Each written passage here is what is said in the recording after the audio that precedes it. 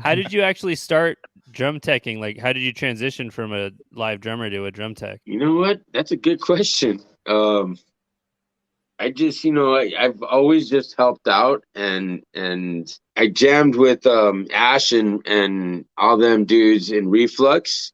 Yeah. So, when I was doing shows, I would also work shows with Ash's booking company, Double E Booking. So they were doing, shows with Misery, Signals, and you name it, dude, all those fucking bands. Right. So I started just, stage managing and, doing some security, basically watching all those kids beat the shit out of each other. But early on, you know what I mean? The crazy Dillinger Escape Plan shows and all that. Right. So, but that was my transition. I started just working shows for Ash and Reflux after I stopped doing shows with them. And, one thing led to another where I ended up working for the Decrepit Birth, I guess, and the Necrophagus and all them bands. Remember that first Summer Slaughter? Oh yeah. 2011 was when I pretty much, I really sunk my teeth into it. You know what I mean? Like, because there, we all know that was finally a tour where, man, your band was only as good as the drummer in it, dog. Yeah. That was hard, man. I know that sounds weird, but I'm proud to say, dude, because it's always usually guitar players, shredders, and all that shit. That's the boot camp drum. Yeah, I was about to say the exact same dude. thing. It's the boot camp. The boot camp of touring is Summer Slaughter. Like if you're in it, if you want to tour, do that and see what you think. Yeah, that was insane, and like on such little Remember sleep and shit. And like, dude. God. Well, And dude, so I was waiting for you to stand get to there and this. just go, I was like, yeah. So it's you, me, and Dave Haley, dude. That's what it was. Oh my god, yeah, dude. Psychroptic, dude. So, and then the other guys too. But yeah, dude, I had so many good memories, Dave, and like I just I don't even know where to begin because we have so many fun memories. But like I want to hear them all. That really stands out to me. Like the first one is basically like just being on stage and just playing and like it was such a tight like tour and all those times like you're just playing and Dave's right there on the side like watching and just like he's like rocking out ready but he's on it like on the shit and like a cymbal stand falls over, he's up there looking right there, he's like gotcha totally. Dude. A fucking anything happens, dude, like there was times where he wasn't even working for us. I don't know, he wasn't even working for like with us and stuff, but he would still jump out and do shit. Hell and like I think that's why we were like, all right, we need to fucking bring this guy on because because you were just there for the fucking make sure the show went smooth no matter what. You weren't there for like the bands that were paying you. You were there for like to make sure like everyone has having a good time. You know what? If I was going to drum tech for one, I ended up having to drum tech for all because totally. Come on, I come from that era where I welcomed all them dumbasses to bring their huge ass kits.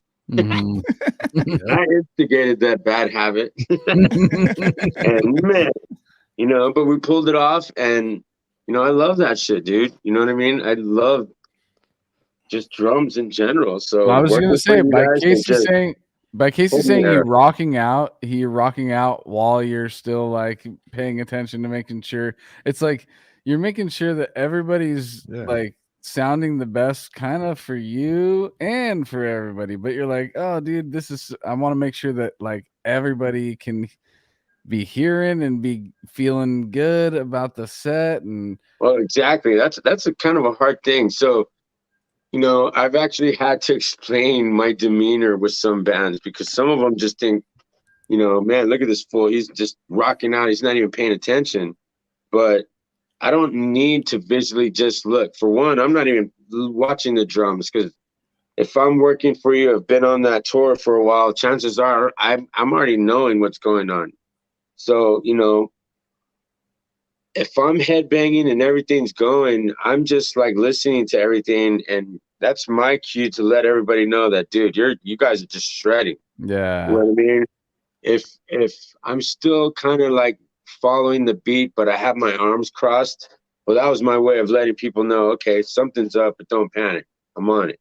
Yeah. You know what I mean? And if I'm just this stiff dude that I'm not, well then shit's up, something's up.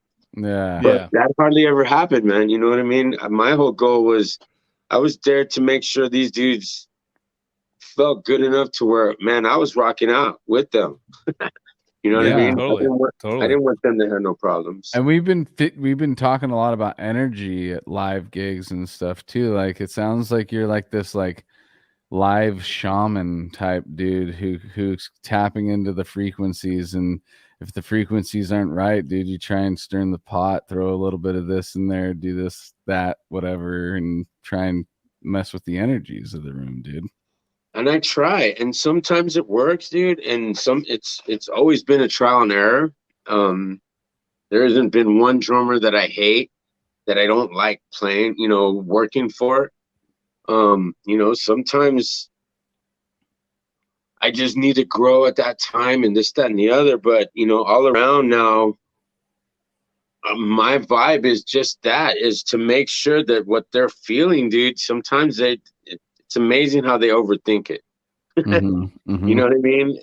And look, I just go what's coming out naturally. So if I'm going off, I'm never really going off headbanging to where I'm not paying attention. But dude, I'm there to fucking dig the music too. You know what I mean? For sure. And it's taken me a long time to let Joel and all them know that whenever they turn around, dude, and they look at me, I'm with just one look, I can tell them everything they need to know. Yep. Yeah. No, definitely. You know what I mean? That's a skill.